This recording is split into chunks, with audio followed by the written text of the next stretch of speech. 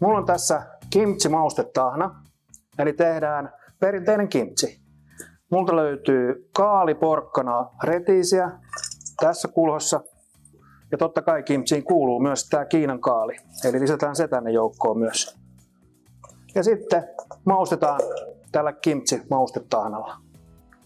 Eli tätä tulee joukkoon. Ja sitten vaan voimakas sekoitus. Ja kun tuote on sekaisin, niin laitetaan se kylmään.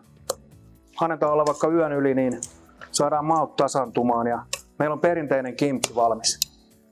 Mehän ajatellaan, että kimchi on tällaista kaali, porkkana, retiisi seosta, mutta Koreassa kimchi voi olla mitä vaan. Eli se voi olla mistä tahansa kasviksista tehty. Niin tässä on esimerkki, missä mulla on ollut punakaali ja mä oon raastanut sen ja laittanut ton kimchin tänne joukkoon. Sitten vielä kolmas vinkki. Täältä löytyy majoneesi. Ei ole vielä mitään makuja. Mutta nyt laitetaan tämän majoneesin joukkoon tätä kimchi-maustetahnaa.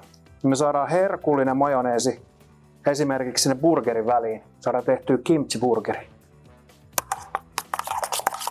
Ja tääkin on hyvä hetken aikaa tekeytyä, niin maut tasainen.